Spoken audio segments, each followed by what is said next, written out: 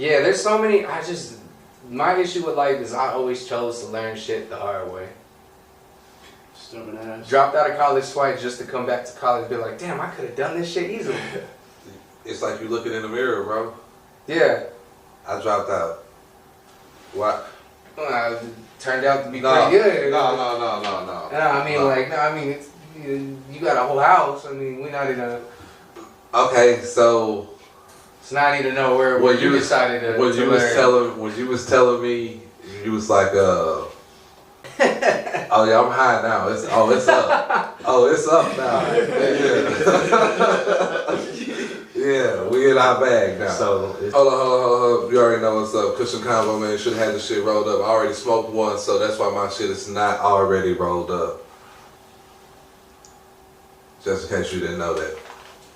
Good. We back in action, man. We had a little hiccup earlier when we first started, and my guest was so gracious to run a quick errand for me. I appreciate him. So I'm restarting all over for you. sounds good. Let me get this mic. Go for it.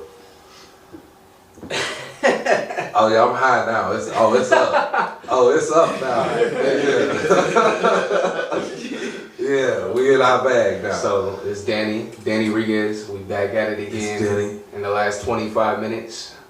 Danny. We made a quick trip. Got to, see the city, see the view, meet some wonderful people like the cashier. You so smooth, bro. Like I might make a catfish profile with you. Like I'm talking about. I just want to see how crazy the DMs start flooding in, so I can message you and be like, "Hey, bro, you need to message." You know what's funny? I got no luck when it comes to dating websites. That's the problem. You know what the funny part is though? Like the best pickup line I ever used was I would send like the dog emoji, and then I'd be like, "Oh, there you are, Max. Oh, my bad. Oh, it's nice to meet you." It worked. So what I did was I just started mass sending it through Instagram DMs too. I just started showing up in fucking the spam, like when you get message requests. So when you get like a verified account on Instagram, you don't like show up in the spam anymore. But I don't know nothing about no verified. Well, anyways, account. one of the reasons that I worked so hard to get it, because I was like, I could just show up and just straight in the messages. Oh, you don't have to like be accepted. Well, then they ended up changing it and fucking everything up. But I mean, see, life goes around. You just but all y'all wanted them blue checks. That's what happened 2.5 years ago. It was good. I was making. We were making good money off of it when it happened, and then Meta came out like a year later, fucked up the whole game. Because people really think my real name is Danny Riguez. So they're like, oh, he buys the check mark. I was like, never mind. I don't even care about this shit no more. I'm over it. You said we, which brings me to another question real quick. Tell the people who you are. I'm Jason. I'm Danny Riguez's manager, and he's one of the best artists I've ever worked with. We've had a lot of good times out in Korea, Probably here did a in lot Texas. of legal shit too. Some very crazy nights we had out there. But, I came from Colorado originally, but I was raised in high school, middle school in Abu Dhabi. Oh yeah? No, I'm not from Colorado, but I turned up out there. Oh yeah. Yeah. A lot of places. It's a party. It's a party. Yeah. It's live out there. Well, yeah, not to cut you off, keep going. Yeah. Keep going. So I spent high school, middle school in Abu Dhabi in the UAE, which is way over in the Middle East, right by Saudi Arabia. Not your average white boy. Not at all. First hold on, let's go back. Because he's like, over in Korea, and he just kept going past that shit like it was a story how we met. like it was light work. Yeah. So explain this connection for me. Well, we got to go way back even before Korea. Yeah. So we serve currently in the U.S. Army, and naturally we come to the same AIT, which is where we train for our job. Same MOS. I saw that on your profile, and I was like, damn, I got to go get me a uniform, because I guarantee you, people just go crazy. Like, it's crazy that all of y'all have served and are serving. Yeah. My brother got kicked out. Hey, for mob action. I don't know how just the way me and him have been navigating like the Army. So we met at AIT. This was about 3 years ago. We just walked past each other. I believe we went to basic training at the same time and different states. And then, you know, I saw him here and there, and you know, AIT, like, it's a small world. It's, you know, it's just air defense. So we, you know, we have the same MOS and everything, like same job. Hey man, but when we met hold on. He don't know that most of my viewers and subscribers are heavily intoxicated on marijuana. Oh, bet. So when you start throwing around, Let's take it slow. EOSs and CMDs and like you done lost us. Yeah, I've been high like Operation 5 years. So Security. yeah, all right. So Yeah. we had the same jobs, always in the same place. Okay. I had a music video in Korea for my song called Gemini that I had just released, and I was kind of doing everything solo. I had just left the label like right before, a label that I was with in Houston that was just a piece of shit. They ended up like, I don't know, it was stupid. So anyways, I felt defeated after this music video because I invited a bunch of people and nobody fucking showed up. Or everybody, it's always the excuse, like, as a musician, you'll tell somebody that, like, information, or you'll post it and you know they saw it, and then they'll be like, why didn't you tell us like this happened? Or, oh man, I wish I would have made it. Like, cool, but you can make it to the next fucking Mexican OT concert right after you finish a 12-hour shift, but you can't come to mine on your day off and then make the excuse. That's something that you have to realize Yeah. that your friends. are not really your friends. Let me show you something. I'm about to show you something crazy. I'm so passionate about this music. I threw a showcase and gave away 500 to the best performance of the night. There was no cover at the door. Everybody got in free. Okay. So every artist that came there to perform, you didn't have to pay to perform. Oh, Free. Everything is free. And when I stepped up on that stage at the beginning of the night, that's exactly what I looked at all over and told them. Think about every person that you told you was doing this tonight, and you would have needed that crowd participation, that noise, to push you over the top. And they didn't come, and it was free. Yeah, no. Yeah. No excuse. It's like people are like allergic to stuff that's free. They feel like it's what do you say, like low quality or something that's not going to perform well if it's free. It's like people want to see a price on something. But yeah, But it's then like there's a when you level put a you price have to get to. But when you put a price on it and you're not a major name, now it's, oh man, they charge you to come up in there. and then they won't even show up when it's fucking free. So like, what do you do? You just keep moving. At that point, like, I mean, if I would have stopped, so I almost gave up that night. I was walking down. I was like, man, I was like, fucking, what, 19, 20 years old?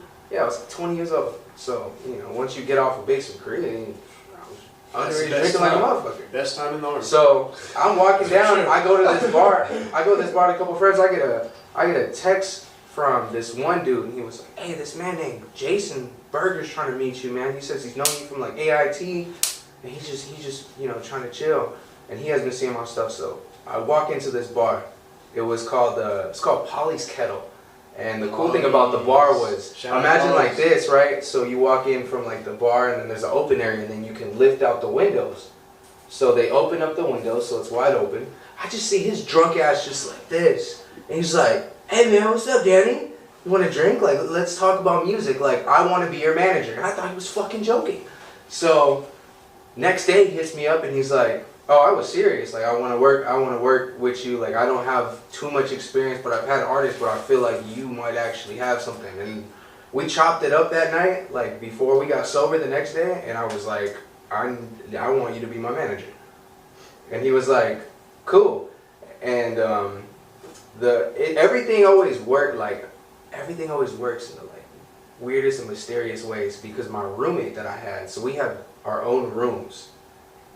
In like the same in like a common area, and with how the military rooms work, like we had good rooms. My roommate had just moved out, and I said, we got to work more closely together. Move into the next room. Next thing you know, this dude has a wagon outside of the room. Move in. We got to work right there. You got to pick your room? I did, because I was in the headquarters section, so I could do what I want. He worked with like the top dog, so if he asked something, it could be done with no question.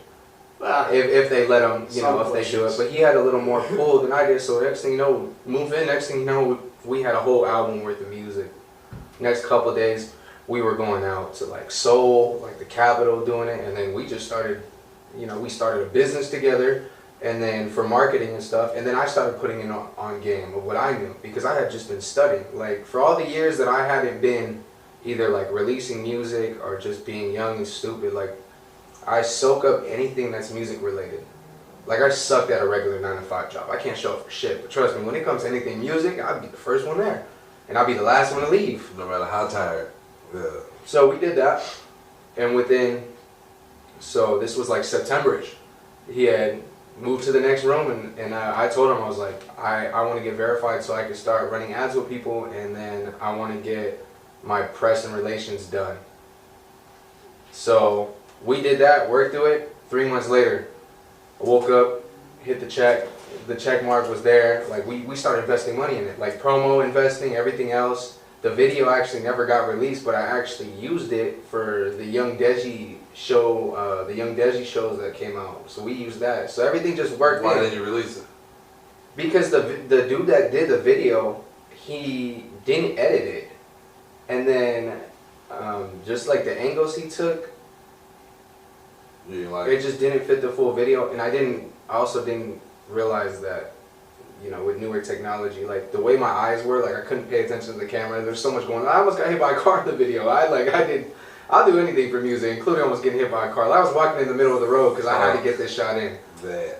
But what he did was we just created short form content with it. So we never released a full video, but we definitely made short form content with it. So once we did that, like, he was the first person who was like, hey man, if nobody else is, because I would, like, growing up, I'd get made fun of at school. I would get made fun of anywhere I went. Like, if I went to, even when I went to church, like, I'd get made fun of. And then work. Like, people would purposely memorize my shit just to mock me, but then I was like, at least they memorized my shit. So, I think when shit changed was, he was super fucking drunk one day. And he was like laying on the floor, like in the kitchen. He was like, man, you know what? I'm gonna say this now. I'm not that drunk yet, but like, if there anybody else doesn't believe you, I just want you to know that I do. And if I can believe in you, then that means we can have full access to the whole world. And just...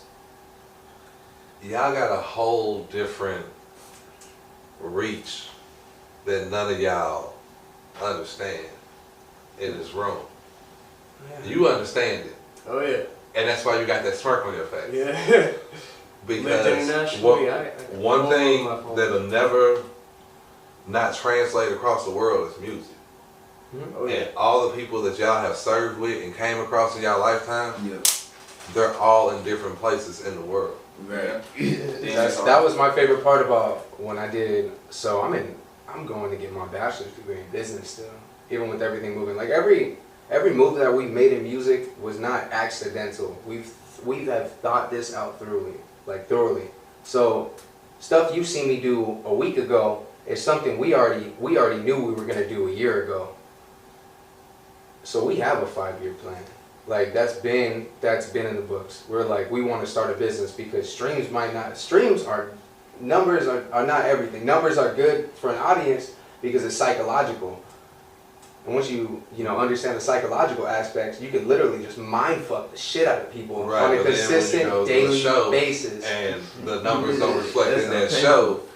That's when it gets you. Yeah. So, but see, we were in Korea at the time, and we were in Korea for the whole year after that. During COVID too. During COVID. We were still outside. We didn't give a fuck about no COVID restrictions. You be on the train, pull your mask down for a little bit, and they'd be like, "Let's go." And just till you put that shit back on. We had a lot of fun, but that changed forever. And then when we came to Fort Hood, like in Texas, it was different because we're back in the States. Like, what do we do now? It was so much easier with people who didn't understand your language to be able to network with them. So when we came back, it was like, okay, like stuff is starting to go into place now, but now we got to figure out what we're gonna do. So we're trying to navigate how Austin worked. How much of a resistance was it when y'all came back? It was rough, especially being in Killeen and not knowing nobody. Killeen, That was- of that all was- places. That was rough. That was really rough. It's not even. I'm not saying that's gonna happen for everybody, but for me, it's weird because it's. I have like an artist. I'm like an artist. It's like I feel like if you can compare me to a soda, I'd be like a sparkling water. Like it's really. I like sparkling water, but not you probably won't. Right now. But people probably don't like people don't like sparkling water. So you have a sparkling water that comes into people who only want Sprite, and they don't realize that, hey, sparkling water might be fucking good. I had to start making people realize what it is. So I was in the studio, I met with the few engineers in Killeen that had, platinum and stuff. Like, I would just figure out how I could be of worth to them. Even though, like, I accomplished a lot more than what most likely 50% of artists has already done. There was so much work to do, especially in a state that I'm not even from. So, like, back home in Cali, I wasn't even really accepted like that. And it's funny because, like, not really too biblical, but I remember there was something that I had read growing up that my stepdad had always told me. And it was like, everywhere that Jesus had went, he was accepted, except in his own town. So people would always get that hood love or everything else. Like, no, not me. There was other people. I was always the person. I was always like the second choice or like the last person. But then there was also people interested in that people would see it. Like I would be in like music groups and stuff. Was there an artist where you from that people would show so much love and you'd be like, man, ain't no fucking way he's better than me? There was being on the West Coast, it was so weird because it was mostly like Christian hip hop that I was doing back then. Because I grew up mostly like during that time it was like I was in a Christian household, so I could only make Christian hip hop. Right. So that was the whole thing. So like I guess you could say like it was a whole different world for me. So then when I went back into like started making like secular music again, it was so weird because you came out. But like West Coast, the thing is like the issue about me being on the West Coast is I didn't fit in with the West Coast sound. It was like you got this like fucking Walmart version Justin Bieber just fucking walking around here who can rap a little bit. He's got a melody and he's trying to do it on fucking West Coast beats, and then he can do any other genre around him too.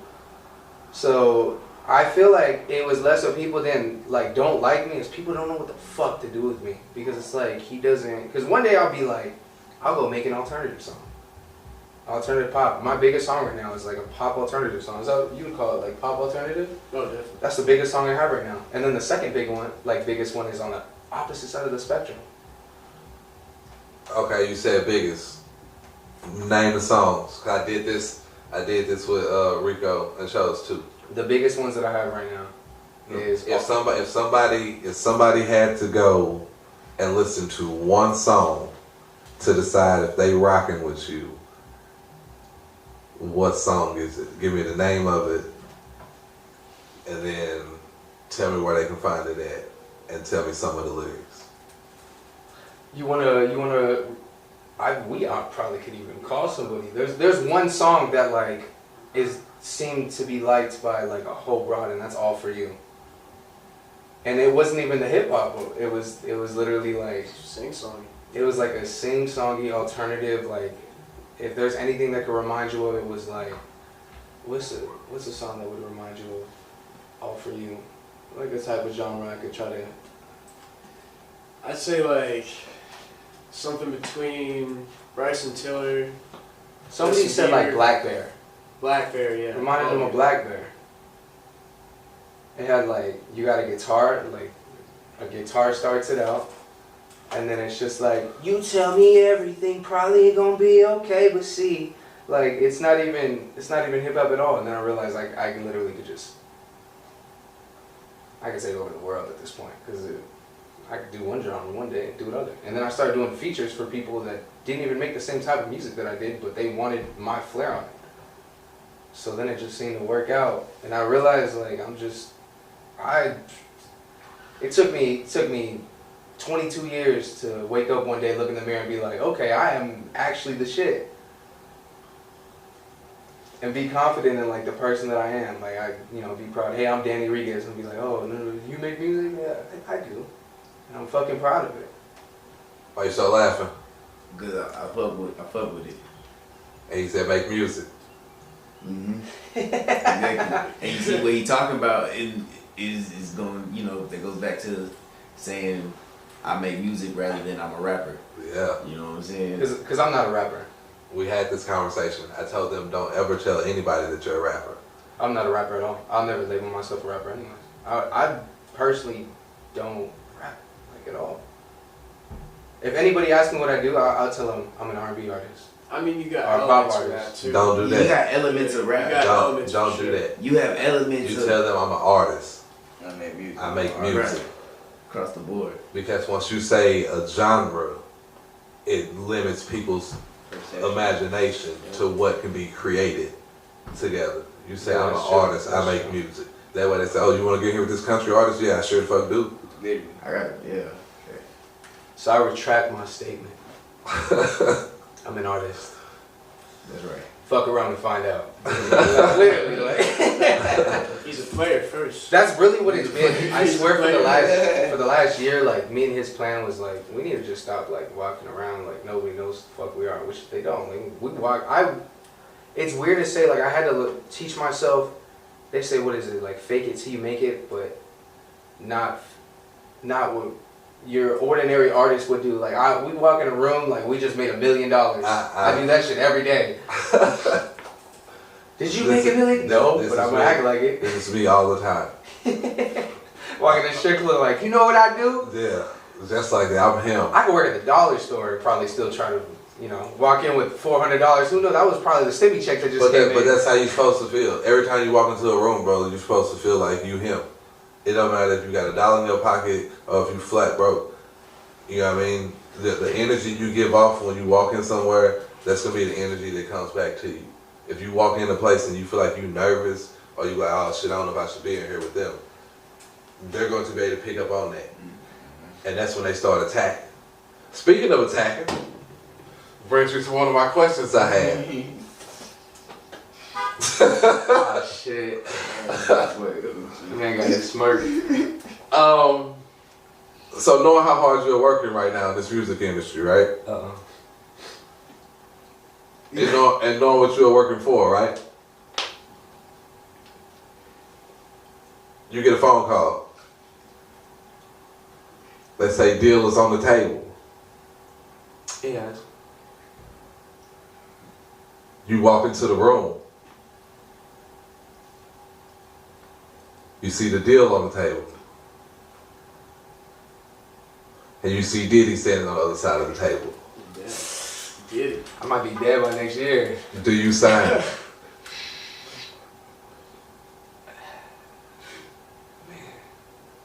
Every step every move literally is what I'm thinking. I could either be walking to fame and fortune or fame and a whole lot of death. Yeah. And then Diddy for the next 10 years, I didn't do it! Hey. What's what you doing? You signing? Or you walking? I mean, I'm already there. They probably already just fed me caviar and got me up in Soho on some shit. Man. I'm gonna look at it anyways. You know why? Because I laugh in the face of danger. Unless danger's actually around, then I'll start crying. But that's not. Alright. I'll still look at it. It's definitely. I mean, sometimes every opportunity is not the best. So what you're saying is you're not gonna sign it, you're gonna look it over. No, I want to look at it so I can have Jason take a picture of me and be like, could have signed this deal on the table with Diddy, but didn't do it. Okay. Right. Okay. Right. Alright. I'll probably be dead if I didn't sign it anyways. Okay. Okay. Yeah. So that means you're up on your social media then, right? Since you know about Diddy, right? Yes. What was the other thing we were talking about? Charleston White. You seen that? You seen it? I don't know about that. So y'all don't know that he went to jail? I did not know that. Oh, just Didn't he go to jail like multiple times? No, this is like recent. This is like 2 days ago. Aggravated assault with a deadly weapon. I'm gonna be 100% honest. I try to stay as far away from anything that has to do with that man whatsoever, because that man is like a walking controversy consistently, and I feel like These are the things that you need to be paying attention to, because these are gonna be the same type of people that when you pop off, they're gonna try to critique you.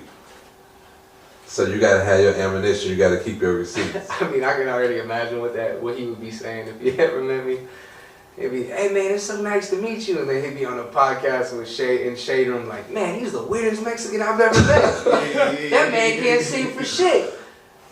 But, I mean, I feel like I just had to learn over the years, especially being in the military, I just don't take a lot of shit personally. That's what I'm trying to tell you. You just got this cool ass. When I'm alone in my room listening to Drake by myself at the end of the night, but then I'll cry it off and then do it again. Sometimes you just gotta isolate yourself after that moment for a good hour. You've mentioned Drake a couple times. I love Drake, man. All right. So my question for you then. What's a nice way of saying this? Do you really love Drake, or do you love the artist that he takes from? Or do you call it taking, or do you call it paying homage? You mean Biden? Yeah, that's what they would call it. Yeah. I mean, I wasn't gonna say it. You said it. Oh, Biden. Well, I mean, I was trying to politically correct. I mean, are the artists still getting royalties from the back end from it though? Because I heard a lot of them were still doing it. So I don't really feel like he's necessarily Biden, because most of these artists still get the back end checks anyways. That's why most of these artists don't say anything about it. Do they get the back end check? Rod Wave. Saw that? He stole from Rod Wave. You haven't seen Rod Wave? Oh my God! There's a reel going around right now. I saw something about it, but then I just kept scrolling. So yeah. Look, that's another reason why you should feel like you him. Well, you writing your own music. The biggest weakness I probably have is when I'm looking through something that's important on Instagram.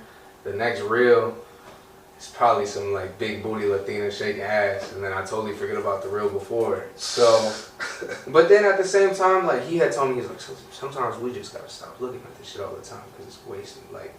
Because every second that you view that is every second you could have been doing something to make your money. So I do keep up with a lot of stuff. Like I've seen some of the stuff there, but I don't take it to mind because it doesn't do shit for me. Like what does Rod Wave right now have anything to do with me whatsoever? He doesn't know who the fuck I am. You say that. I might meet him one day. You say that, he might steal one of your bars and think, oh, he don't even think I know who the fuck he is. But I mean, Biden has gone for years. That'd be hard. Like what? What was it? The Sugar Hill Gang? They bit off another MC that used to freestyle the same bar. So I mean, biting has been happening for years. It happened in breakdancing too. People would be biting the moves that are the combos that they would be doing and doing that. So I mean. So if he's telling you to take a break from this, detach yourself from the music, period, what do you do to relax and have fun when you're not working on music? I'll travel and listen to music. Like music is just not something you can get away from, but definitely like I'll take time to go out with the homies I never hang out with all the time, and we'll go out. I mean that's what Austin's for. But I'll go out, start getting back into a routine schedule.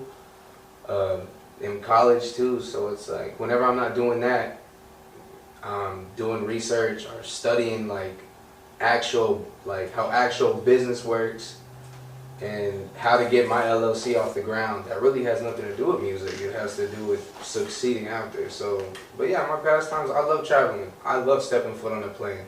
I feel so important because I purposely dress up like I'm a businessman and still sit all the way in the back of the plane and act like I'll still walk around the suit like I'm, I love traveling. That's the thing, traveling. I like new changes of scenery, and that's what inspires me more. So that's what I do, you know, on my breaks. So you got the music and you got school, and you running your LLC, right? You say you have no luck with the women. It's like it's a hit or miss. Because women So, will look so straight right, at me. so and right now, if there was a young lady that was staring at this camera, and she decided that she wanted to talk to you, are you available for her to talk to? Or are you in the situation? I'm not in a situation. You know. So you're not in the situation. It depends on who's watching, but yeah, I'm not in this. Oh. I'm kidding. I'm kidding. No, I had just recently had a breakup about 3 months ago. It was on the way to. Only 3? It was on the way. We were going to New York. We went to go meet with some people out there for some music stuff that was popping off, and we had a really good opportunity, and that opened our eyes to a lot of stuff. Just being around like people who really, you know, were doing stuff. Like Right. we're actually monetizing off of it. Walking into IMI Studios was crazy. You know, you walk in and you just see like Jay-Z plaques all over the wall. You're like, you recorded here? They're like, yeah. So does every other person in fucking New York who has, you know, who has some type of, what would you call it? Who has some type of fan base. Do you Emotion. think it was the music that made the relationship go? For what? You said it's been 3 months since y'all broke up. What was it? Do you think that you showed more attention and time to that? That's why we broke up. Because it was like, I started noticing like, I'd be getting missed calls or text messages, it'd be like 8 hours. And it wasn't I was ignoring it, it was the fact that like, I was always doing something. Every day I was in Austin.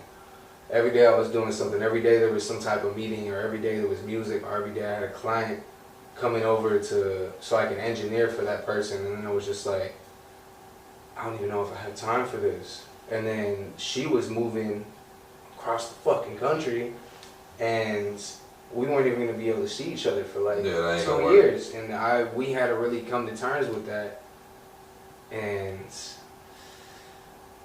man, I miss her, but it was like He looking understood for a though. rebound right now, ladies. A rebound. He's looking for a rebound right now. He don't want anything serious. He just wants a situation. Okay, look at him. I just don't need a situation turning into another situation. So, you know. And you need something to write about, so. Yeah, that's the thing. Sometimes I'll be looking. Sometimes you gotta figure out what you need your girl, like what you need a woman for. You're like, hey, I'm running out of shit to talk about. Can we have a steamy ass like 2-week relationship so I could make an album off this? So that brings me to our next question, because I asked him this as well. What is it that goes into your process of making music, or like, where does your inspiration come from? Like, what really makes you feel like, okay, I need to put this down right now? That's actually funny because I just got asked that question. Rico, when you talk to me a lot, I'm listening. I just got asked that about a week ago because somebody was asking me how I made a song called 314. They're like, you're so clever. Like, how did you think of this? Like, what was going through your mind? I was like, fucking nothing. I don't have a process. And that's the thing, if there's anything when it comes Why to... would you name it 314? Because it was at 3:14 a.m. that I was in my feelings, writing about, you know, some shit. And it's always about girls. I swear it is. There's always some reason. Man, you gotta have to come out with me, man. No, like No, like Jason could tell you, man. I'll be wilding outside. But I When have he shows them the verification, it's over. I never. Okay, Game I don't over. do that. No, but see, Game I had some real homies though. For real, every time we go out, they wouldn't have game, but they think that I was gonna do some shit. So they'd be like, "Hey man, you know who that is, girl?" And she'd be like, "I don't know who the fuck that is. Like, who the fuck cares about Danny Reed? Is she gonna buy me a drink or what?" And I was like, "Never mind, bro. I'm gonna go home."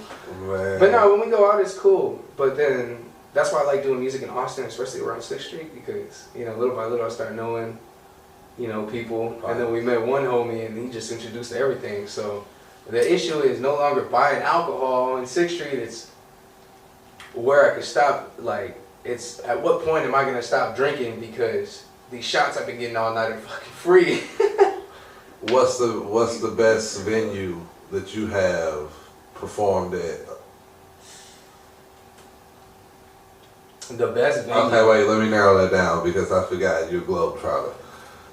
What's the best venue you performed at here in the city? It would definitely have to be Roscoe's. Roscoe's, I performed there the other week. yeah, I like Roscoe's, especially because I see the owner every time I go there.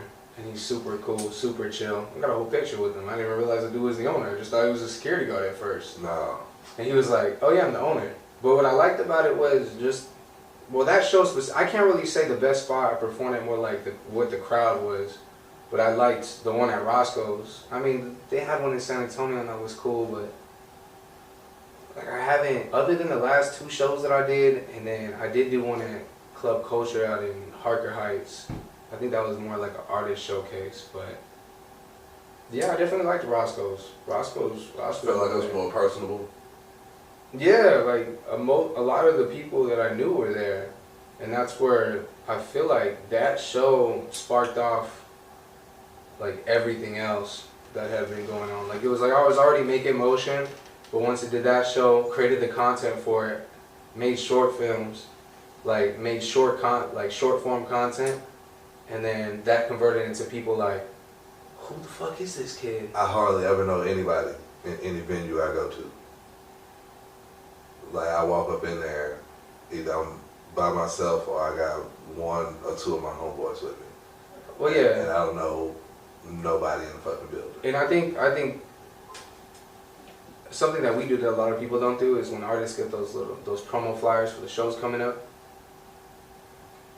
a lot of people don't even think like, hey, maybe I should run ads to my own followers. Cause me and him will go run $400 worth of ads on the promo. On like, if we'll go through Facebook ads because we had sat there and studied that for years. We'll run them super cheap in the area, and we'll have my flyer. They're doing it. But what I don't like about stuff is when you got the headliner, and then they'll give you like the promo slips and your little pictures right there. Nobody can see it. So what me and him had just figured out is like every time we do a show, it doesn't. We don't even care if it's a big artist. Yeah, we'll take everybody's thing. We'll create our own flyer. Make them look like I'm headlining, and then we'll throw $600 on that promo ourselves, because we're gonna get that money back regardless. It might not be now, might not be in the next 2 years, but it's definitely gonna be in the next 5. So I like to think 1 year. Yeah. Okay. Yeah. So now that just puts you even more in the hot seat. Because I was about to say, so in the next 5 years, where do you see yourself? But hold on. So in the next year, where do you see yourself taking him? Oh man. Every city that Danny's listeners are at, we want them to feel appreciated and that they can see him, you know. Not too much where they can always have him, but like just enough. Just enough to keep that, you know, the hype going. I want him to be getting more and more recognition at that point, to the point where the labels are competing over his name. They want him at their desk, in their conference rooms, and he gets the pick of the litter at that point. I want him to be basically spoiled in terms of his opportunities. I want to take him just wherever the hell we can go. And I want the monetization to be really frugal. You know, we're raking in all that cash. But also, not just in music, but in business too. and investments. Yes, investments, real estate, all that. Because I'm business-minded, very business-minded. And Hey, you already started the real estate? I'm going to a conference in Vegas in January, and they're going to teach me everything I need to do. You don't need no conference, bro. I don't need a conference, but the hallways of a conference room, the hallways of the conference room are lined with money. It's not the conference itself; it's the hallways where everyone's chit-chatting around the water cooler. That's where I talk to the people, and I get to know the real people who are already in there. I don't need to listen to anybody on that stage. because they're gonna try to sell me something or whatever. But these guys, I bring value to them, and then next thing you know, they want to bring value to me. So, before you go to your conference, it's never about the property. I don't know. What is it about? When you go into real estate and you go get something, why are you going to get it? What is it really about? You're saying for me personally or in general? No, like in general, what's the real reason that you get the real estate? They're not going to tell you this at the conference. I'm about to give this to you for free. The exit plan. Long. It's not about the house. It's not about the condo, the apartment, the duplex. It's not about any of that. Yeah, The foundation. you fix it up, you make it to where Well, you would want to do live in it. Yeah. But the land, it's Yeah. always about the land. Because sooner or later, they're always going to try to come through and tear everything down and redo and redo. Yeah. They're going to pay you for the land, not the house. Always look for the land, bro. Buy the property. I bought a house and I bought the lot next to it and just mowed it all down. When you come to buy the land, now I got double the size of the lot. It's always about the land, never the property. Go to the conference, get your connections, but don't let nobody talk you into investing in no properties.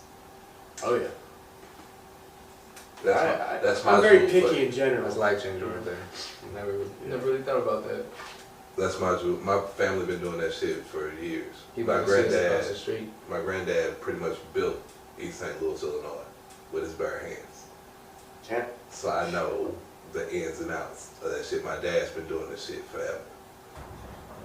So you just know just about everything about a home. About the land. I got Yeah. something that I'll tell y'all when the camera is off, because this is something else you need to know about real estate, and it's gonna have you like, damn. And you'll be able to look it up. I'm Googleable. Googleable. Yeah, I'm Googleable. Okay, so that's where you see y'all in a year. Money coming in, being frugal, investments, labels competing. 5 years. Where you see yourself?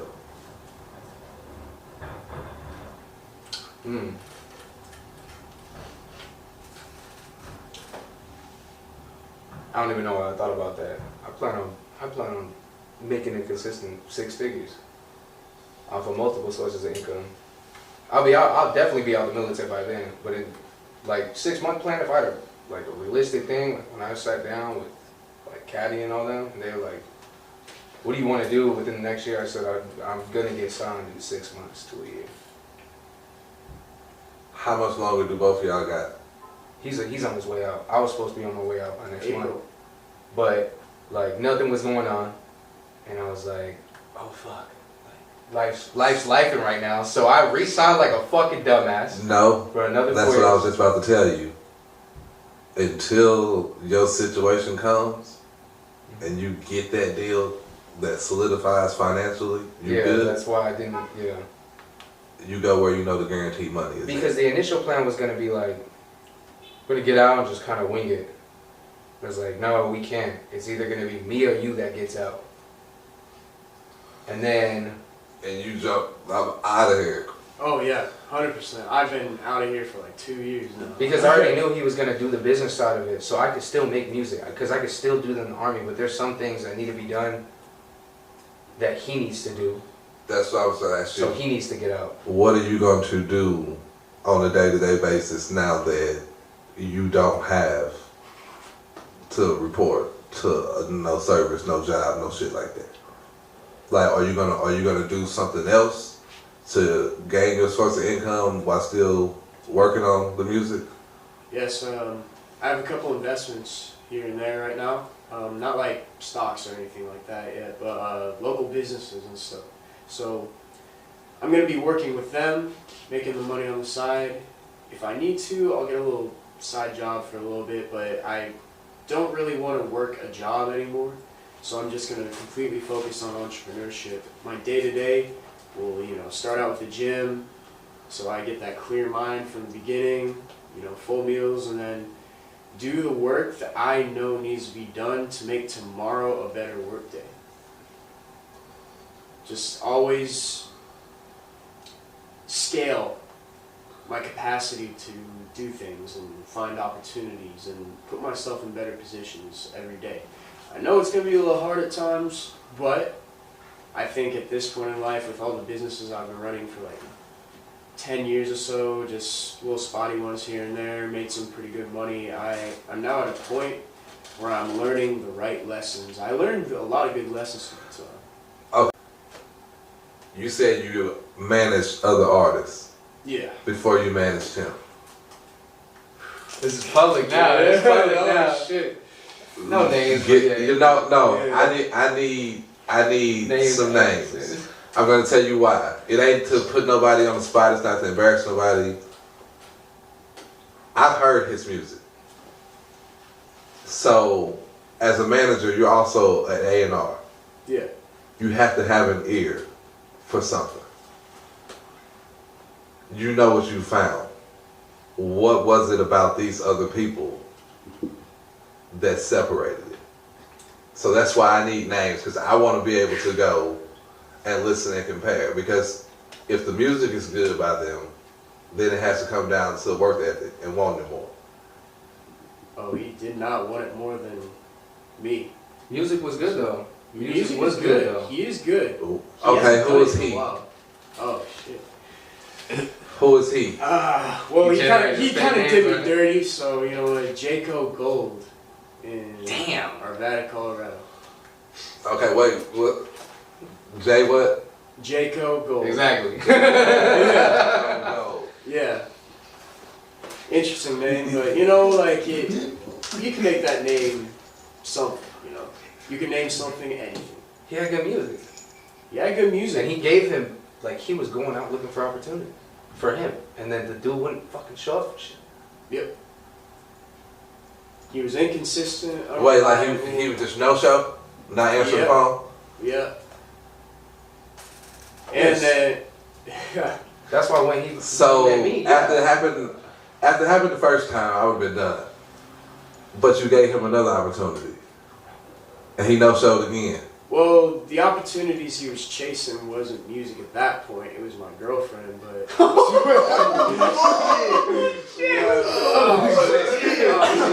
Hold on. Oh, for real, mic drop moment. Hold on.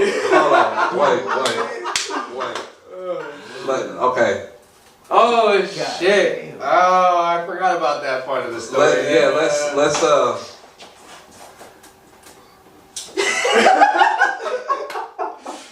Oh shit! if you don't mind, we don't have to. It's too late now. That's all the bad man. If you don't mind, how did you find out? Because I'm assuming that she did mess with him.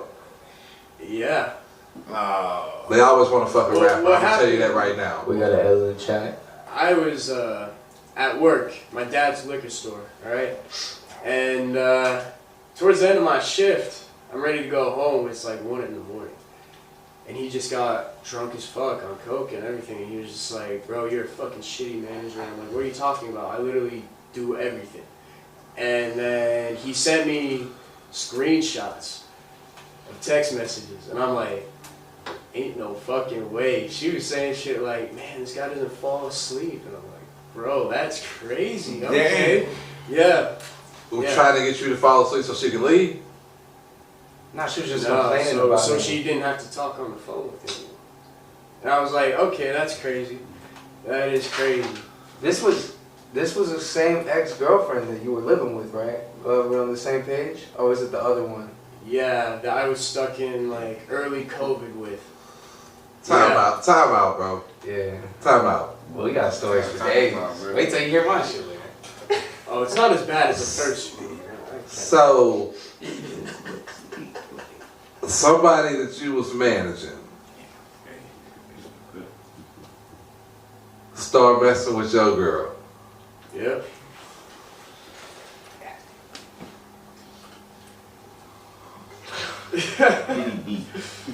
Did he beat? You know he beat. That's why I said we didn't gotta ask that question. I was past that part already. When he said he did me dirty, that's what I already assumed.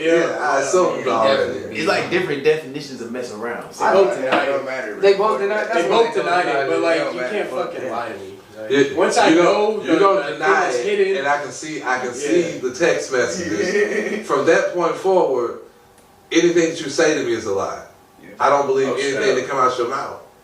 straight up, she tried to cover it all up, but I'm like, you see this? Receipts. Did you put hands on them? You ain't stomped I on didn't them? actually see him after that. Disappeared. He ran off to some fucking island country to work at a hotel for a few years. So she ain't see him either. No, Damn. no. He definitely switched career Lost paths both of them. from rapper to Captain Saberho. Oh yeah, no, that shit got bad at that point. But, you know, it was a humbling experience. Hey man, everybody one time, man, middle finger to the cameraman, give him a big fuck you out there. Hey, I give you 2. Whole Hey. ass shit. You know what? I learned something recently. You can get 3 middle fingers. Yeah. 3. You just got blessed with 3 Hey, middle that's- fingers. I'm learning that shit. Yeah. Yeah. Middle fingers. So he flicked me That's off. some gang How? sign in some foreign country. It looks like a Right. W. Yeah. That's crazy. And you say you got a crazy ass story. Do I want to hear this shit? I was engaged at 18. Yeah. Why? He had to put it COVID. Literally. I was with the wait girl. a she minute. was Wait in a love minute. with So me. because you was trapped in the house with a bitch for 3, how long COVID last? 3 years? Yeah. So because you was in there for 3 years with this girl, you felt like No. That's not even how that happened. I joined the army like right when COVID happened. So when I got with this girl, it was like we were cool friends. She got too emotional. And then one day she didn't let me hit until I asked her to be my girlfriend. I'm already mid-stroke deep, so I'm like, fuck it. And then shit just kind of went down, got serious, got emotional. Then she got pregnant. So she's 23, 24 at the time, and I had just turned 18. Like that's when we had got together. I was 18 years old, starting to go to college. I met her in college, which I ended up dropping out on. And that's wait, like hold it. on, slow down. Yeah, 23, 24, and 18, pregnant. and I was 18. Keep going. So we ended up moving in together at her mom's crib, which was one of the worst decisions I may have ever made. Could ever live with in-laws? Oh, her mom hated me. Like it was like even when I was working and doing stuff, yeah, she was like, why does he have to make music? Such a waste of fucking time. But she would say this shit in Spanish because I didn't know what the fuck she was saying. Like you didn't know. Like I don't. She thought you white. I'm not fluent in Spanish, but I can definitely understand shit, especially when like I don't know the way Mexican moms be doing it. They be making eye contact with you when you're talking to her. Yeah. Yeah. Enough. Yeah. So it's like it was just so weird. It was like toxic ass environment. Like everything else going. All my friends at that time were just like a bunch of fucking stoners who didn't do shit with their life. Like I swear I had friends that are still in college today. They were smoking the wrong weed. Nah, they was just. I'm telling you. They were just useless people. If you smoke the right weed, it makes you want to be active, makes you want to do shit. If you smoking the wrong weed, you're gonna be like, man, fuck this shit, man, fuck that, I ain't doing that. Nah, I'm good. See, I wouldn't know. But that's why I never progressed with them. That's not why I never progressed in life, is because the people I had around me I thought were gonna be like the people I'll be around with forever, and realized that the reason why I was so useless is because I was around people that were useless. And then once I took myself out of the environment, I joined the army because I was like, I don't want to do this shit no more. Like I don't want to be broke. Music isn't working. The label that I was with at the time was like not doing shit. Consistent promises. And I was like, nothing's happening. So I was like, fuck this. I'm going to just join the army. And then realized the people who own this label, they had everything registered as a label, but they had money. Wait, hold on. We can't go to the label. I gotta finish with the girl. What happened with the girl? She ended up, I went to the army, and before I left, she was like, I think I'm just going to get rid of it. and I was like, but I'm about to, and this was like a little bit after I decided I was going to join the Army. She was pregnant. She was like, I don't feel like you're going to be here for the baby, blah, blah, so I'm just going to get rid of it. So that's exactly what she did. And then her mom was trying to convince her to keep it too, and then she didn't keep it. So this is how authentic my show is. I'm about to tell you something that I don't even talk about with people. When I was a sophomore, I was a freshman in college. I was dating this chick, played basketball. We had stopped messing with each other. I was at the crib for the summertime, getting ready to go do a show. Check this out. My cousin called me, he like, bro, I'm pulling up. I'm like, all right, bet. She rings my phone. I'm like, man, I'm about to go do a show. I can't talk right now. The music, this, do. I'm pregnant. Oh. That's why I had an abortion and didn't tell you. Imagine hearing that walking out the door to go do a show. Ooh, Yeah. make a song on stage at that point. So yeah, I mean, Like, so I get, like, she got the right to make whatever decision she wants, because it's her body, but at the same time, it wasn't like it was a one night thing, you know what I mean? Like, y'all had something. So I can feel where you're coming from on that, Yeah. but go ahead. I mean, everybody has their own type of beliefs on what they do and everything, and I don't talk about any of that type of shit when it comes to this like music stuff. But I think if the feeling that I didn't like was the fact that I felt so like helpless to the fact that somebody thought that I wasn't going to be able to provide for a child that would have been my blood. So then it was kind of like, why did you do it? Were you ready? I mean, no, but I don't really think anybody's ever ready when they have a Yeah, kid. you never are. So, you know, that happened, and I was in training and everything else. And I go back home, but a week before, like, I go back home, she was like, hey, I just want you to know, like, I cheated on you. And then I broke up with her, like, same day. I was already back in the streets, like, all ready to go. And then she was like, I was just, like, testing you. I was like, testing me on what? This ain't no fucking math test. It's Like, a game. this ain't no SAT. So then I always had that in the back of my mind, but she gave me a whole vivid story on how it happened. So I was like, how are you testing me? And then I did that. Went for Christmas. We got together. Like, we were back again, like nothing ever happened. But then the Army gives me my orders to go to my first duty station, Korea. And I'm like, fuck. So I don't have a baby. I don't got a baby. I no longer have baby or responsibility there. I got a girl who's back. I got this girl that's back home. That's literally like 4 or 5 years older than me. That still don't got her shit straight. Do I really want her to be with me in this new chapter of life? So I had a whole conversation about this with somebody once, and they're like, "Let go, bro. You little lover boy. Like, let go." Because I always had attachment issues. I wasn't a player like that. I'm gonna tell you, that's gonna be your downfall, bro. What? Being a lover boy? Just having too big of a heart, period. Oh, no. That's when all changed. First day I got to Korea, landed in, broke up with her. Was on the next girl, same night. I was talking about with people. Oh, no, that too, yeah. Y'all didn't hear that last part, though. Good. But yeah. Okay, you keep talking about this label. Save an artist right now. What's the name of this label that they should run far away from? They're not even around anymore. It was called Urbanomics. And I was 17. I was like, I'm gonna sign with label 18. So I just started sending out, like, hitting up everybody, like, here's my music. And that shit was trash. But they were like, oh, we see potential in this dude. So what he was doing was, he had like three different accounts. You know, one for his manager thing he did, one for the label he was running, and for a time they were doing good. But there was really not much money being made. So he would talk to me in third person through the label and then just redirect himself to me. So then he was like, I can show you the way. So one thing he did do is taught me how to mix and master, which was really good.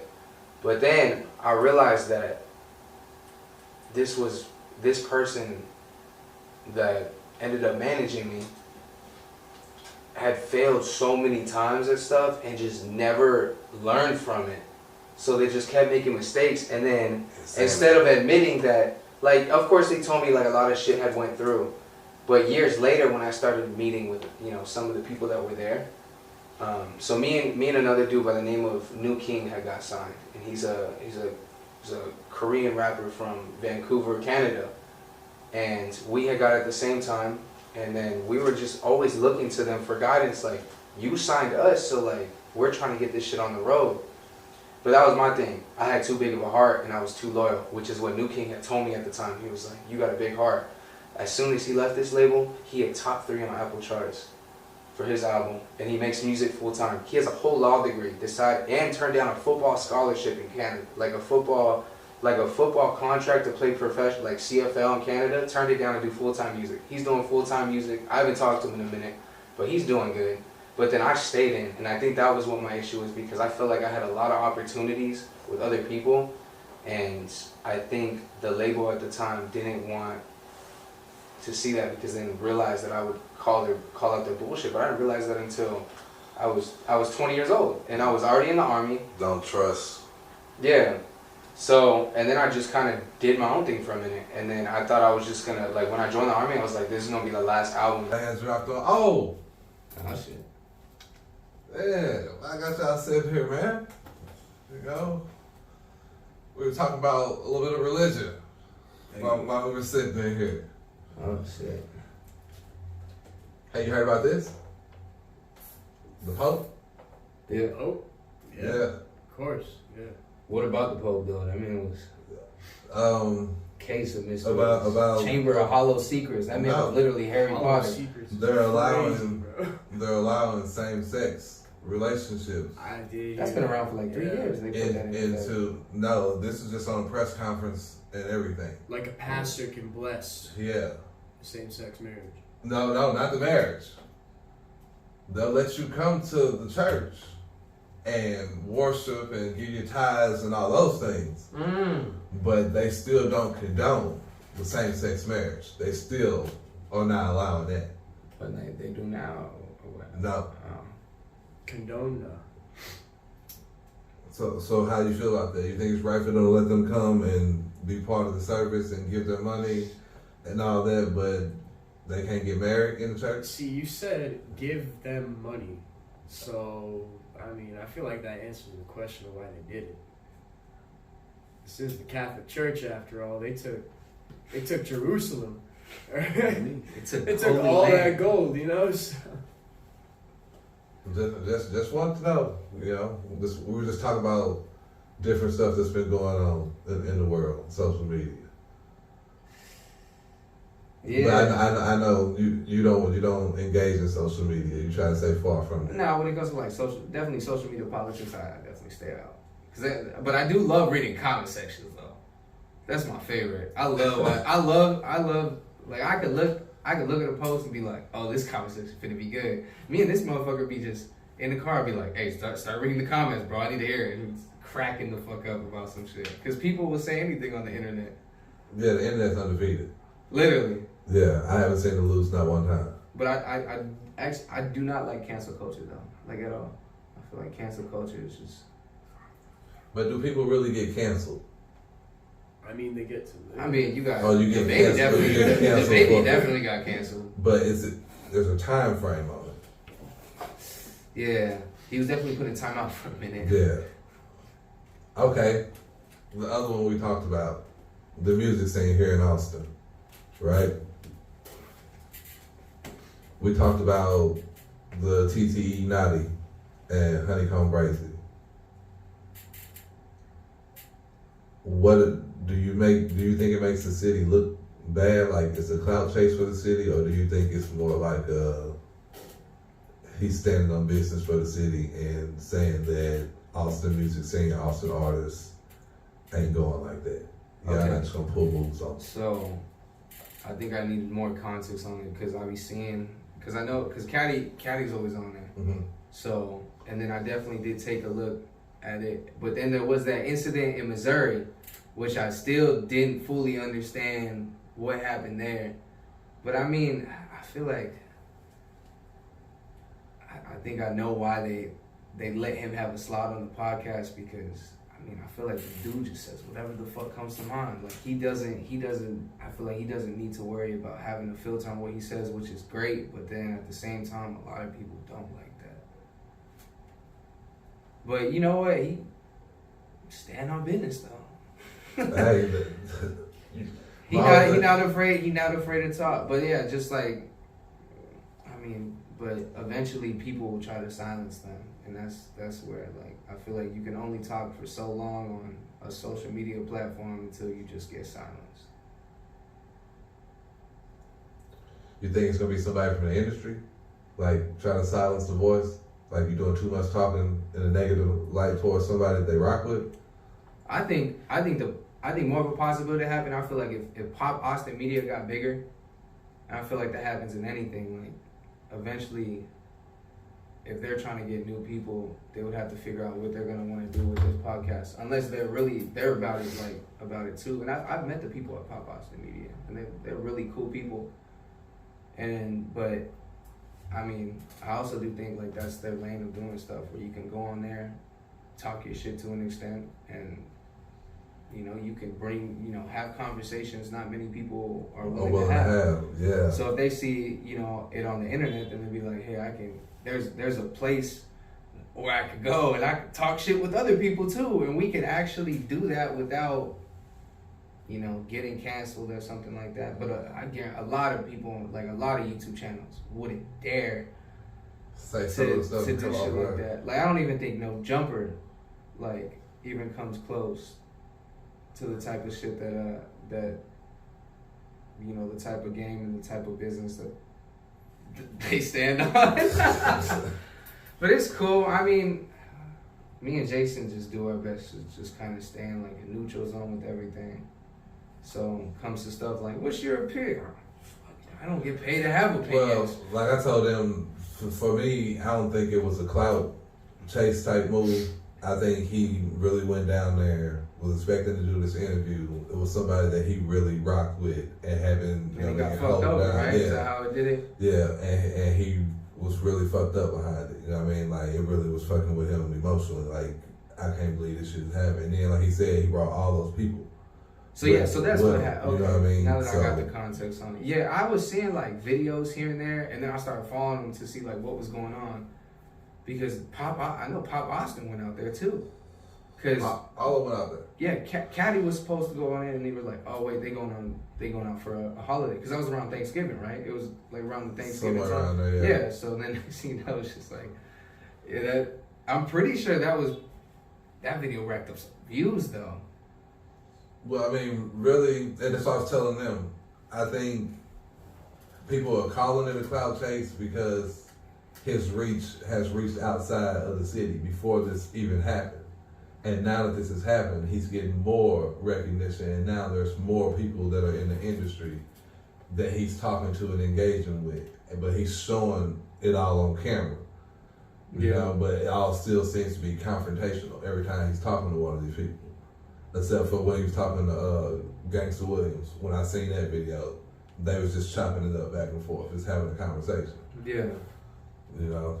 I mean, sometimes you just get put in the right position, and it just like. Do you think that the scene is changing with all the stuff? Like, it's just had the shooting down there on 6th Street.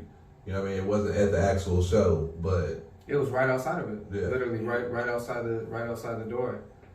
You were there like right after that. We were on our way there, but we you know, we have a way that we navigate through 6th Street and see. Usually we park on the one side and then we make our rounds, and sometimes sometimes the shot's gonna be free, so we stay there a little longer. We were just at like a rave party, some like private party that they had. We're on our way there, and then I was like, oh, the show's on 6, so we're about to go make our way down there with our one homie.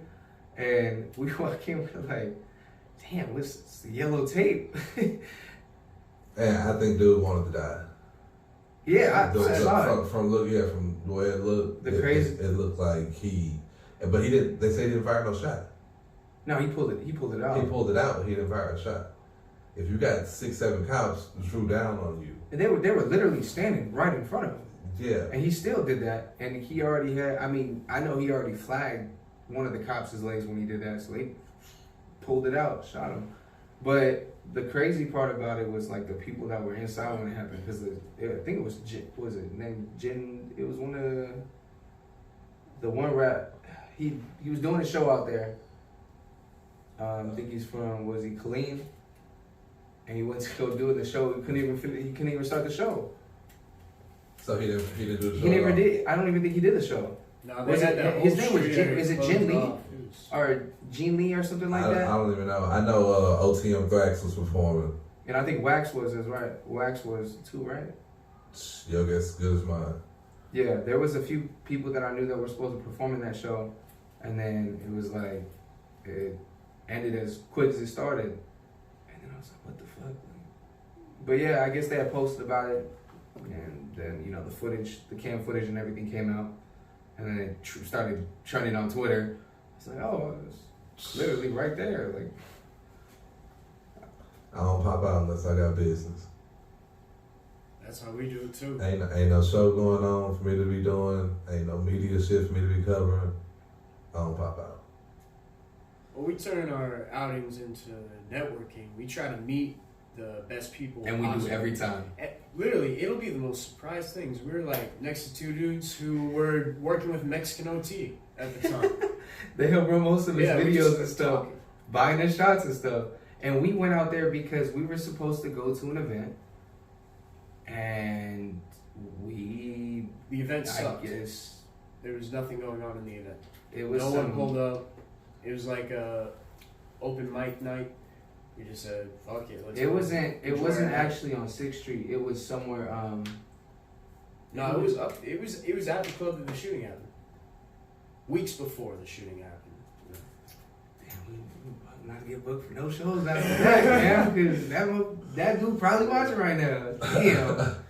Well, there we go with that one. So, No, man. but yeah, we went to go. It was empty. Nothing was going on. Mostly I feel like a lot of the events that happen are lack of actual promoting instead of just posting a flyer. That's what I started to notice about it, because this is the first time that I've ever seen, like, back home in Cali, like, you're gonna have like shows and you're gonna have shows. I've never seen, like, I feel like Austin, Texas has so many, like, you could definitely tell it's a capital mute, like, It's country. it's this, like, every day there's an event that pops out, and we'll still pop out of them, but sometimes they don't. I feel like sometimes promoters don't know what they're doing. They just put a a flyer. spot that they're able to get, and they just try to throw the event. They don't think about.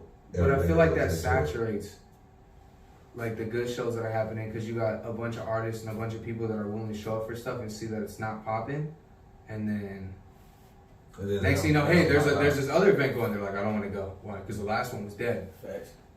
Mm-hmm. Especially when you're having it during the week. And I'm not saying it's bad to have it during the weekdays, but it's like it's cool. Like, a lot of people don't have schedules like that. But you can see the ones that are really, you can see the artists that are really about it. They just got off a sick. I met a dude, so it was, there's an event on, it's Wednesdays. I think it's at Club Pop. And it's Ill Manor will Okay. host it, and I Wow. love Danny. I love me too, but yeah, Donnie and Maul are they run shit like. Yeah, they Like- Maul. I've been knowing him for a while. I met him hooping and found out he was from Philadelphia, and I didn't know he had made beats and did none of that stuff. Like, we was just cool talking one day, and that's when I found out all that shit. And then I've seen him grow, like the shows he's throwing now. Yeah, like Yeah. the one at what was it, Anton's, Yeah, the Maxo Cream one. I was there. That was crazy. it. Was you just like that's Maxo Cream, and you got Mal and Donnie just like yeah. That's because he's used to. That's the other thing, man. As an artist, bro, it don't matter who it is, you just as big as them. But yeah. So that's how you carry it. When you see somebody, what's up, bro? Don't show the anxious. Drake walk in, don't be like, oh, bro, I listen to everything.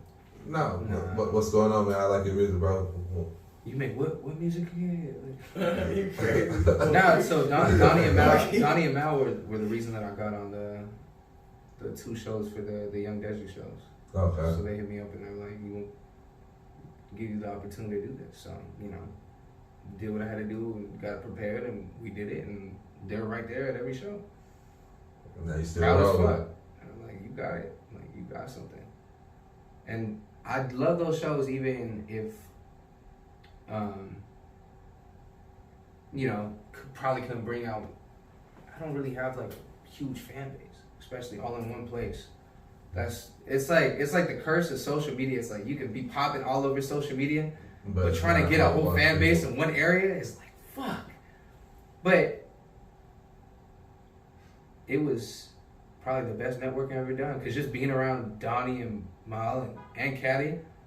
If I go see the hardest thing about life is knowing that I still can't go anywhere by myself. Like me and Jason just can't go out nowhere and try to go introduce ourselves to everybody and think it's gonna work. But then and I go somewhere with Donnie, Mal, or Caddy, it's a whole different. They're like, oh, it's not like it's a random ass kid. It's like that kid that's with them. Yeah, they got traction, and that's what's so good about it. Because when previously with the last bullshit that had happened when I was younger, I was actually in Houston. And I thought all these dudes had the traction and everything because they were talking their shit. Just to find out, they're the ones that nobody fucking likes because they don't do shit. That's normally how it works, man. So then it was like, that's why Houston at that time was like, I thought I was going to take over Houston. Bullshit. I wasn't doing shit. But, a few people heard about me, but it was like, if you mess around with people that are just fuck ups, they attract other fuck ups, and then you got a whole group, so you think you're doing something, but outside of the fuck up group, nobody's gonna fuck with you. So then when I went back, I actually went back and visited about 2 months ago. I went to Houston by myself, and I visited the studio that my first my EP I got in mixed and mastered. It was at Baron Studios. Still I on met with anything. Yeah, no, they do like Def Jam artists now. Like they do more private stuff. But I just walked through the door, knocked, and then I was like, "Oh, what's up? What's up, Todd?" He was like, "Who are you?" I was like, "That song Skyline," And then he was like, "Danny, right?" And I was like, "Okay, cool." Like I was hoping he did because he probably listened to it. He knew you off the song, but he didn't know you off the face. He had met me once, but I looked so different when I was younger. I mean, I still look like I'm 16 in high school with my baby face because I can't grow a beard for shit. But like, yeah, he was like, come on in. Like, I got some time, so you can come in. We got Def Jam artists coming through to record with one of the dudes in the B room. He's like, real quick, and I was like, I was wondering if I can get access to my masters. He was like, wow. I was like, because I haven't seen a single check off that album. And I was like, both albums I think did at least like 50,000, 50,000 streams on just one platform. So we were probably close, including SoundCloud. Everything was probably close to like 100K. And I was just trying to see. Did he have them? They were locked in the archive, and the only way to get them was from my previous manager's email, and he didn't have access to that email anymore. And some of my songs, and then actually we just found this out, but I was scrolling through Spotify. Sometimes I'll go back and listen to old music to see how far I progressed. And my whole that EP got taken down. Like after I went there, so I'm assuming something had happened. So I was like, okay, cool, like whatever. I got 400 more songs in the fucking vault. Like but it was just memories for me. I remember when I purposely burned a CD, 2018. Like burning CDs was not a thing. Stuff. Yeah, I kept it, and every microphone that I had, I kept it. So even when the microphone broke and stuff, like I made like I used to make a song a day for a whole year. I was making 2 beats and songs a day. It would either hooks or something that was close to it. I wouldn't release it, but I would just have it, and that was just me consistently practicing. And that's how I learned how to mix and master to the point that I'm at now, is because I just sat there just listening, and then I was able to perfect it. So now I could do it quicker, but I think the thing, losing my train of thought. Hold on, let me get back on this. All right, so yeah, I couldn't get access to the music and everything else, so that's kind of how everything went. So, but I went back and I just noticed like the progression, because he was like, "What are you doing now?" Yeah, you wouldn't have done any of that if you were still with him. He's like, "You could have been here a long time ago, because you been had the talent, but you were just fucking with people that weren't doing shit." So what I started doing was I started like back checking all the stories that I was told and all the series of events that happened. I was like, sometimes I gotta know. We were supposed to. I think the most bullshit thing that ever happened was we were told that the label that we had was gonna branch under Universal Music, and that there was $7 million deal on the table, and I was supposed to get on this call too, because they said they wanted to talk to the artist to get a kind of feel of. And the call never happened. There was 2 people supposedly on that call, but then when I asked the other person years later, they said, I was never even told I was gonna be on that call. There was no call. We waited for 2 days. And then the manager was like, I got blacklisted because I cussed out the dude. Found out the dude didn't fucking know him. They just followed each other on fucking Facebook. So I went back and asked the talent, the middleman, the supposed middleman, and he was like, I don't even do middleman for fucking labels like that. That's a whole nother process. And then I was like, so what happened at this? He said he worked here at this studio engineering. No, he didn't. He was part of a collective, which means you could rent it out, and he was making money off clients because he would get it for like 20. We would give him to it for $20 an hour. He would charge a client $50 and mix and master it. And then he was beefing with the artist. That had nothing to do with this company. He was never on our payroll. And they were like, your EP, Danny, was actually not a couple $1,000s to get mixed and mastered. We did that in 8 hours. That was, it used to be like, they used to do really like, Jason Barden, I believe his name is, he could mix something he would do it live. Like he'd be mixing while it was live. He would already get it done. He probably one of the best. Like that song, Mop, Wipe It Down, Mop. He did that one. He's the dude, if you ever seen the videos where it's like the engineer sitting there looking miserable while the artist is like saying some gibberish in the back. Because he's like, already got it in a different channel fucking with it. Literally. So yeah, so he was already doing it. It only took 8 hours to do my thing, and to get it mixed and mastered was actually only like $200-300. And there was no promotion put into any of the EPs. There was no money being put in. So it was like, I'm finding this out later. I was like, oh my fucking God, like you live and you learn type shit. So then I called him, and he actually answered my phone because they started seeing what I was doing. So I was like, oh, so now you're answering your phones. And what can I do for you, man? Like, you know, anything you need, I got you. But you couldn't do that for me 5 years ago? You shouldn't have called him. I said, if there's anything you could do for me now, like, taught me how to mix and master, got me a couple microphones and stuff, that was cool. But we never made no money off this shit. And it's not even the fact, oh, you know, just we're not at that point yet. No, like, if I was used correctly, I could have still been very marketable at a younger age. So I feel like I'm late on making it because I worked so, like I worked twice as hard as most people. Everything's gonna happen at the right time. At the right time, but I wanted to do all of it by I was 18, and I had everything set in place. Like all that stuff that happened when I was like right as I turned 18, everything was ready to go, and just for nothing to happen. Oh, well, you're supposed to go on tour, but all the venues canceled. Like, you have to learn that lesson. So now, when you go into these, so now I'm locked and loaded. I'm locked and loaded. You can't. I can't be bullshitted anymore by anything. I can call bullshit on. I could be at the point where me and him could be like, just laugh at it. Like, no, we're not doing that shit. We're not. Yeah, we had to meet each other first. Like they always say, take every opportunity. But there's some opportunities like you gotta research before you do it. That's why it's like, you know, like for a lot of these events that always happen, you can be. I just explained this to one of the artists that was there. He was like, yeah, I'm at every event, man. I just don't feel like anything's happening. Do you know the dude that's promoting the event? Have you talked to him yet in person? No, I just talked to him on Instagram.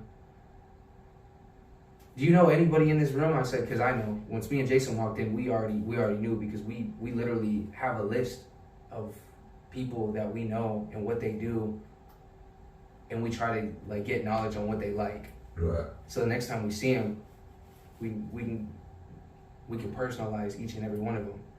That's the best thing. Once you get somebody's name and even their last name, you're one step in the door on creating a relationship with them. And then once you find out stuff they like, oh, just commenting about stuff like that, like just certain things. Everything's like psychological. And that's how good business is done. If you understand how to personalize it with a client or with somebody that you're trying to work with, you're gonna succeed if you could make them feel like you're on a level where you could talk to them and that they get. Once a person will get comfortable with you, just like they say, when you talk to a girl, all you need is like to listen for 15 minutes. After that, that's how business should be done. So that's why we like to go out and we like to go. When we go, 6th Street is actually cool because even if the event isn't popping, we can meet people and then go out outside. And then once alcohol gets involved, some people have a loose tongue and they'll talk about anything. You never know who you're gonna go meet out there because, especially on the weekdays, I love going on 6th Street on the weekdays and drinking because it's easier to spot like who's coming out here. Like what broke dude would be coming out here would think to go on a weekday. Like the broke mindset, hey, we gonna go get bitches on the weekend. Me and him go out. We walk into this event one time, and there's an office party event for these like investors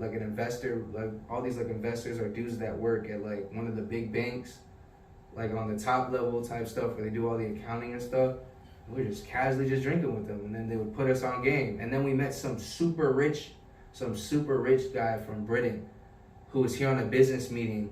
What did he do? His name was Shane. He was super cool. He started buying us drinks. He was like, yeah, I couldn't make it this weekend out to 6th Street because I have to take my flight back in the morning because I have work. He worked for some super big company, super smart. He's an engineer, I believe. He was an engineer. One of the head engineers, and he's got like Ferrari, everything. So what we did was, as everything started getting in, alcohol started flowing, so what do you guys do? Well, I make music. It's my manager. And he's like, oh, cool. Anytime you're in Britain, let me know. Here's my number. Here's my contact information. Let me know if you want to go out my cars. Let me know if you need a place to stay. I got some musician friends and some homies. And y'all went? We have not gotten yet. Not yet. Well, this happened 2 weeks ago. Yeah. 2-3 weeks ago. And then us walking out during the week, we had this girl come up to us and she was like, we're having a comedy show. So we go to this background comedy show, and I could tell you this type of event that they're doing right now is going to turn into something big. But we got to meet the comedians who have been on like Kill Tony and all that. So then we're like, okay, now we got 2 dudes that like are in the music industry. We're just gonna pop into a whole nother genre of entertainment, and then we start meeting people there. It was like, who knows? This comedian could be big. Next thing you know, he's playing my music when he walks out. Like that's the type of mindset I have. So we make sure everything counts. And of course, like, me and him get real competitive when it comes to drinking. He can still outdrink me. But, like, we'll do that, though. But then, you never know who's behind the counter. One of the reasons I started getting free shots is because this bartender, his name was, he's a cool homie. His name's Xavier. I forgot what his rap name was, but I asked him what his real name was because I want to get real personal with him. And he was like, so we're like, what do you do? He was like, were you at the thing next door? And I was like, dude, I'm not buying $18 fucking vodka Red Bull when I come here and get it for like $6, $7. Like, I'd rather do that. And they're so much better here. Donnie and Malcolm, and he's like, you know them? I was like, yeah. I was like, hey, if you need any help on like marketing stuff, if you make music, like just let me know. He was like, cool. So then I bought more drinks, but I was starting noticing like, it's real cheap for some reason. Oh, I've been giving you the employee discount because you've been putting me on free game all night. While I was drinking, just getting drunk, I was just telling him about Spotify promotion and good. That's what I do. That's a funny thing. When me and him get drunk, even when we're like, we talk more about business when we're drunk than we do when we're sober. Fuck that. So while I was at the pop for Donnie for the event that Donnie's been doing, this artist started just asking. He was just asking me stuff. He's like, "What do you do?" I was like, "Yeah." So then I just started asking him questions. Okay, so what have you been? You just did a show with Mike Jones. He's like, "Yeah, I did. You know anybody here? No. Have you met Mal yet? Or have you met Donnie yet? No. I talked to him. I got invited here to go." And then. And I was like, oh, okay. So I just started listening, and then I started putting him on game. And he was like, so how did you get this amount of streams organically, but not by bots, and how can you prove it? I was like, let's pull up the statistics. Like, let's go over it. He's like, oh, I'm sorry. Like, you giving me this free game right now? Yeah, sure. I'm here. Buy me a drink. So I got a Corona in my hand, and I'm just like, so this is how you got to do this, and this is how I did it. You can go any other way if you want. Here's a promo plug that I've known for years that will show you exactly how he gets the numbers that he gets, and this is how you'll get to this point,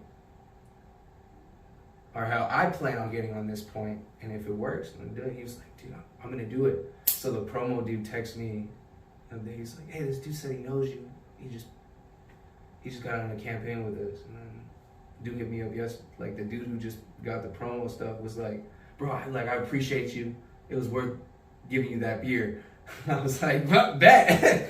Don't give all your jewels away, man. Save some of them. It's sometimes you'll give out free game. Like, I'm not gonna give out everything of what I do. Hell no. I'm not gonna tell people how I was doing how we used to do 0.001 cents per click on ads. Like that took me There's so much. There's like the game I know now. A lot of people will think it's a lot, but it's just basic information that people should already know. They don't want to research. Yeah, because I had an artist come up to me and they're like, "Yeah, I'm like 30 years old."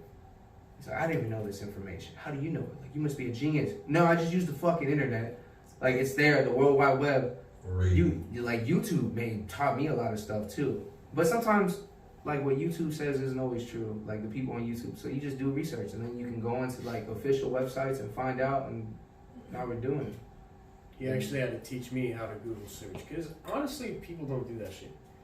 You know, like I ask him a question, he'd like, "You got Google, don't you?" I'd be like, "Damn!" And now I'm doing that myself. The website.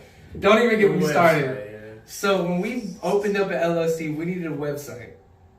Oh. So he said, I got it. And I said, okay, you go for it. I could do a website in 15 minutes. But I was like, he said, hey, you need to like focus on making music and whatever other stuff you're doing and like trying to like connect with new fans and everything else. Let me take care of the website. I swear to God, like a month goes by and I was like, the hard route. Where the fuck is the website? He's like, dude, I've been on this fucking WordPress shit forever trying to learn WordPress. And I was like, did you realize they gave us a free website through fucking LegalZoom that you could have just made it on? He's like, I didn't even know. I didn't know that shit. I made it, dude, we sat there and I made it in like 20 minutes, like a good base for the website with everything we needed to know. And he was like, oh shit.